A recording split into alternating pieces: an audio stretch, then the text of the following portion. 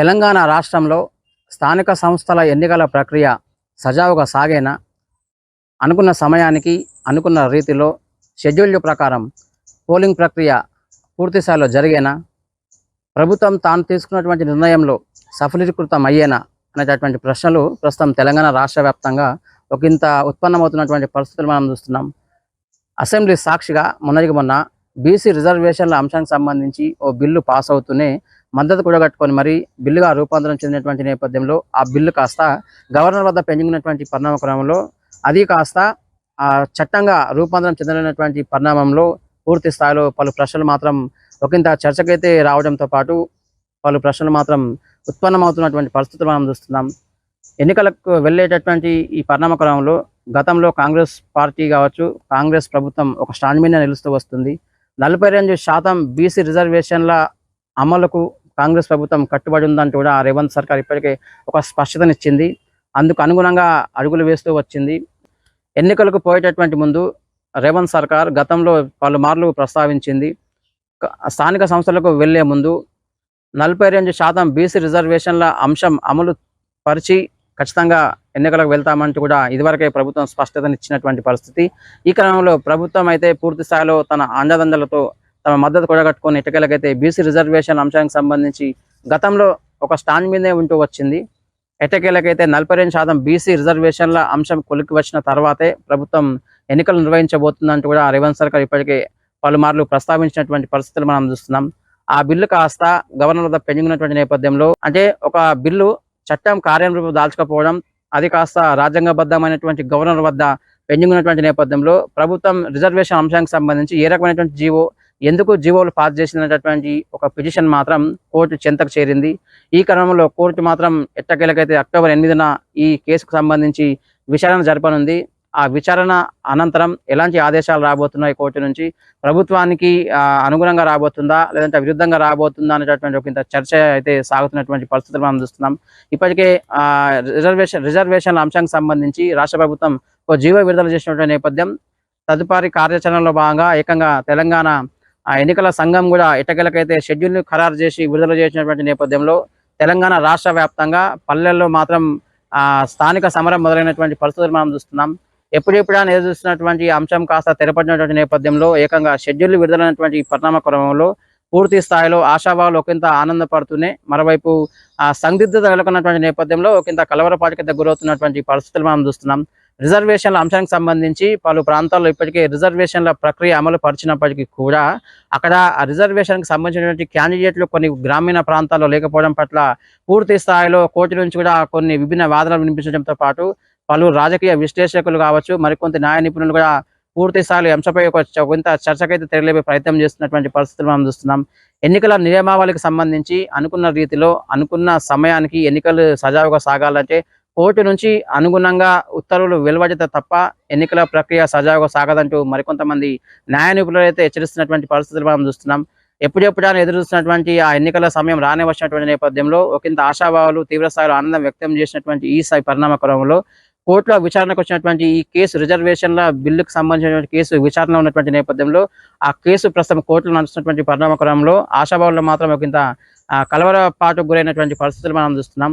తెలంగాణ రాష్ట్ర వ్యాప్తంగా పూర్తి స్థాయిలో 31 జిల్లాలకు సంబంధించి అతి త్వరలో ఎన్నికలు జరగబోతున్నటువంటి నేపథ్యంలో అది ముఖ్యంగా అక్టోబర్ 9 నుంచి పూర్తి స్థాయిలో నామినేషన్ల ప్రక్రియ ప్రారంభం కావడం, నవంబర్ 11 కల్లా ఆ ఎన్నికల నియమావళి సజావుగా సాగేందుకు రాష్ట్ర ఎన్నికల సంఘంతో పాటు ప్రభుత్వం కూడా సంసిద్ధమైనటువంటి పరిస్థితి. ఈ క్రమంలో బీసీ రిజర్వేషన్ల అంశం ఇప్పటికీ పూర్తి స్థాయిలో కోర్టులో విచారణలో ఉండడం, అదే సందర్భంలో గవర్నర్ వద్ద మరీ ముఖ్యంగా రాష్ట్ర గవర్నర్ వద్ద పెండింగ్ ఉన్నటువంటి నేపథ్యంలో ఈ అంశం కాస్త చర్చకైతే వచ్చినటువంటి పరిస్థితులు మనం చూస్తున్నాం.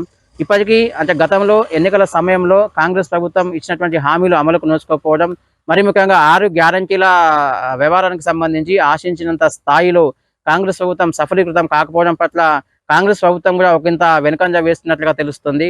ప్రస్తుతం ఉన్నటువంటి ఈ పరిణామ పరిస్థితులలో అసెంబ్లీ ఎన్నికల వేళ ప్రజాదరణతో కాంగ్రెస్ ప్రభుత్వం అనూహ్య రీతిలో అధికారంలోకి వచ్చింది.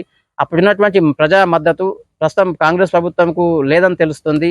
ఈ క్రమంలో పూర్తి స్థాయిలో ప్రభుత్వం ఒకంత నిరాశకు గురి కావడంతో పాటు ఒకంత నిరాశక్తి కనబరిచే ప్రయత్నం చేస్తుందంటూ మరికొంతమంది విభిన్న వాదనలు అయితే వినిపిస్తున్నటువంటి పరిస్థితి.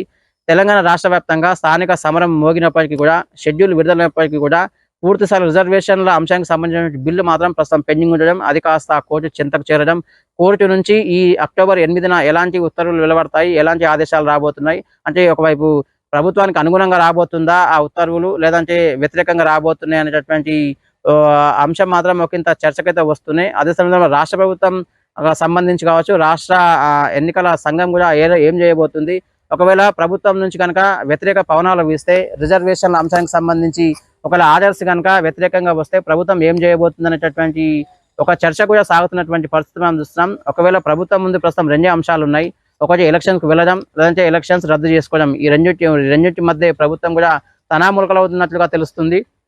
ప్రజా మద్దతుతో కాంగ్రెస్ పార్టీ అధికారంలోకి వచ్చినటువంటి నేపథ్యంలో 6 గ్యారెంటీల అమలుకు సంబంధించి, మరికొన్ని హామీలకు సంబంధించి సర్కార్ కొంత వైఫల్యం చెందిందంటూ వివిధ వాదనలు వెలువడుతున్నప్పటికీ కూడా ప్రభుత్వం కూడా ఎన్నికల నిర్వహణకు సంబంధించి కొంత జాప్యం చేస్తూ వస్తుంది. అదే సందర్భంలో కొంత అనాసక్తి కనబరుస్తుందనేటటువంటి పుకార్లు కూడా షికార్లు చేసినటువంటి పరిస్థితులు మనం చూస్తున్నాం.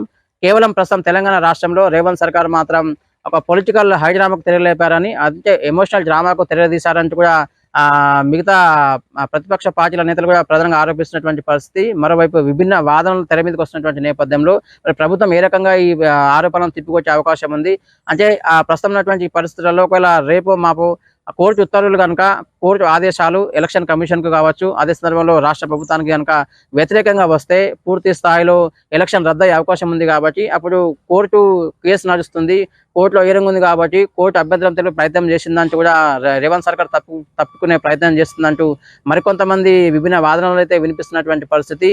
ప్రస్తుతం నడుస్తున్నటువంటి ఎమోషనల్ ఎలక్షన్ డ్రామా అది కాస్త ఒకవేళ కోర్టు నుంచి ఆర్డర్స్ కనుక వ్యతిరేకంగా వస్తే, ఆర్డర్స్ సీరియస్గా వస్తే కనుక, ప్రభుత్వంపై మొట్టికాయలు వేసే పరిస్థితి వస్తే కనుక ప్రభుత్వం మాత్రం ఎలక్షన్ ఎమోషనల్ డ్రామాను కాస్త డైవర్షన్ డ్రామాగా చిత్రీకరించే అవకాశం కూడా ఉందంటూ కూడా మరికొంతమంది రాజకీయ విశ్లేషకులు, న్యాయ నిపుణులు అయితే చెప్తున్నటువంటి పరిస్థితులు మనం చూస్తున్నాం.